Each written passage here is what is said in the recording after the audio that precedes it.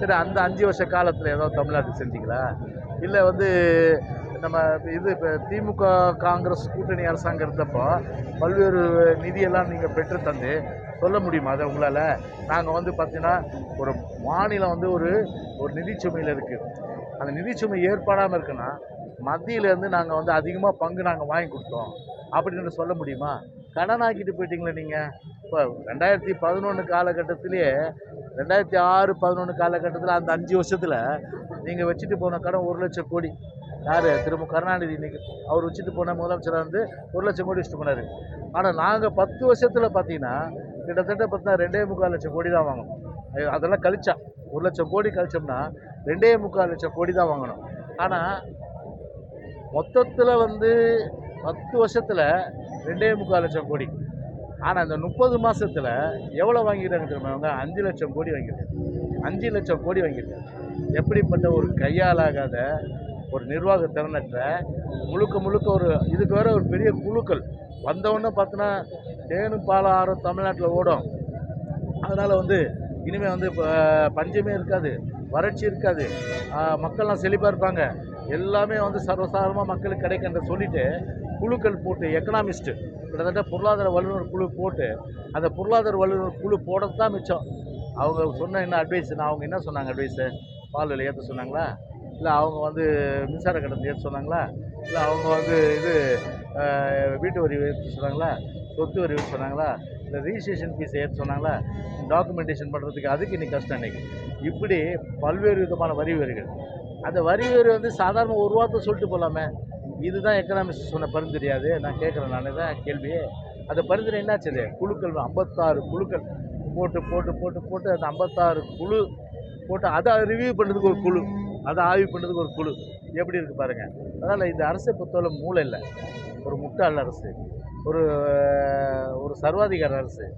பத்திரிகைகள் தாக்கப்படுகின்ற ஒரு நிலை தான் இன்றைக்கி. ஜனநாயகம் தாக்கப்படுகிற நிலை இன்றைக்கி.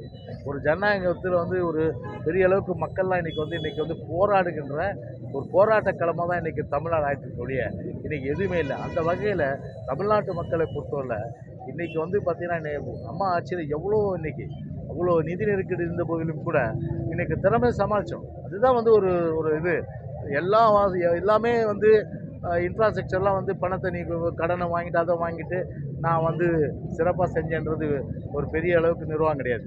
ஆனால் இருக்கின்ற அந்த ஸ்டேட் சோர்ஸு இவ்வளோ சொல்கிறோமே, தேர்தல் வாக்குறுதி, டீசல் மானியம், அதே போல் பெட்ரோல் மானியம், இப்போ டீசலுக்கு வந்து குறைக்கல, டீசலுக்கு 4 ரூபா குறைக்கிறதான்னு சொன்னார். ஜிஎஸ்டி பொறுத்தவரை தேர்தல் வாக்குறுதி என்ன சொன்னாங்க? பெட்ரோல் டீசலை கொண்டு வரேன்னாங்க. ஏன் கொண்டு வரல? அதை இன்றைக்கி இப்போ பொதுச் செயலாளர் இன்றைக்கி சொல்லியிருக்காரு, டீசல் விலையை மத்திய அரசு குறைக்கணும். இன்றைக்கி கேஸ் விலை மத்திய அரசு ஏற்றுக்குது. அது வந்து ஏற்றுக்க முடியாத ஒரு விஷயம்.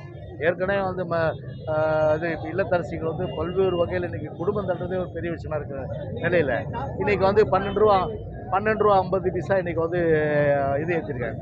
அதை ரத்து பண்ணாத. அதுதாங்க சொல்கிறேன்.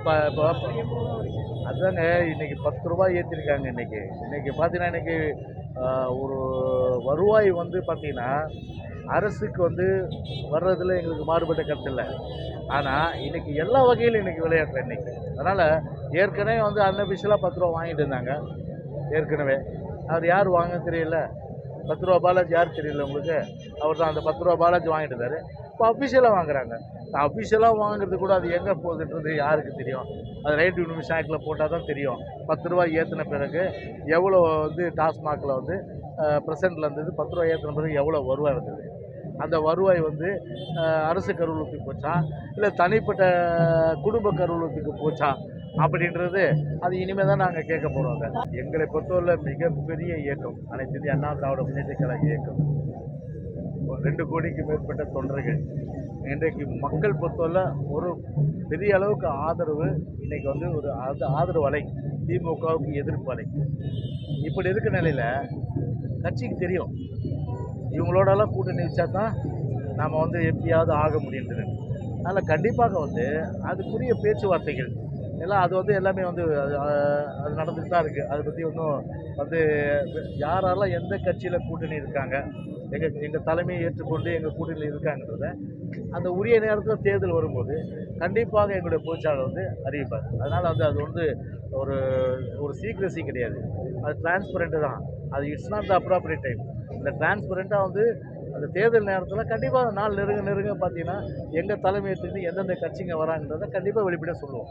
2015-17ஆம் ஆண்டு அதிமுக ஆட்சி காலத்தில் வந்து அடுக்குமாடி குடியிருப்பில் வந்து எம்பி எம்எல்ஏக்கள் வந்து 50 கோடி ரூபாய் லஞ்சம் வாங்கினதா சொல்லி லஞ்ச ஒழிப்புத்துறை வந்து புகார் அளிச்சிருக்காங்க, வழக்கு போட்டிருக்காங்க. இல்லை, நீங்கள் பொதுவாக கேட்குறீங்க. இல்லை, லஞ்ச ஒழிப்பு ஒரு வழக்கு போட்டிருக்காங்க. இல்லை, யார் போட்டா? லஞ்ச ஒழிப்புத்துறை வந்து யார் மேலே போட்டிருக்காங்க? அதிமுக ஆட்சி காலத்தில் எம்பி எம்எல்ஏக்கள் வந்து அடுக்குமாடி குடியிருப்பு திட்டத்தில் வந்து 50 கோடி ரூபாய் லஞ்சம் பெற்றதாக சொல்லி வழக்கு போட்டிருக்காங்க. அதப்பா எப்போ போட்டாங்க? நியூஸில் போட்டிருக்காங்க. அதாவது வந்து சென்னையா தமிழ்நாடு ஃபுல்லாவா? அதிமுக ஆட்சி காலத்தில் நீங்கள் அதெல்லாம் வந்து நான் விசாரிச்சுன்னு தான் சொல்கிறேன். நான் ஒன்று மட்டும் இது பண்ணுங்க, அது வந்து உப்பு தினம் தண்ணி குடிக்கிற மாதிரி எவன்லாம் எம்எல்ஏ எம்பிலாம் காசு வாங்கினாலும் அவெல்லாம் வந்து அனுபவிக்க வேண்டியதாக விடுங்க. பாதகம் செய்பவரை கண்டால் நாம் பயங்கொள்ளலாகாது பாப்பா, மோதி மிதித்து விடு பாப்பா, அவர் முகத்தில் உமிழ்ந்து விடு பாப்பா. அண்மை செய்திகளை உடனுக்குடன் தெரிந்து கொள்ள இணைந்திருங்கள் இயம்நாடு தொலைக்காட்சியுடன்.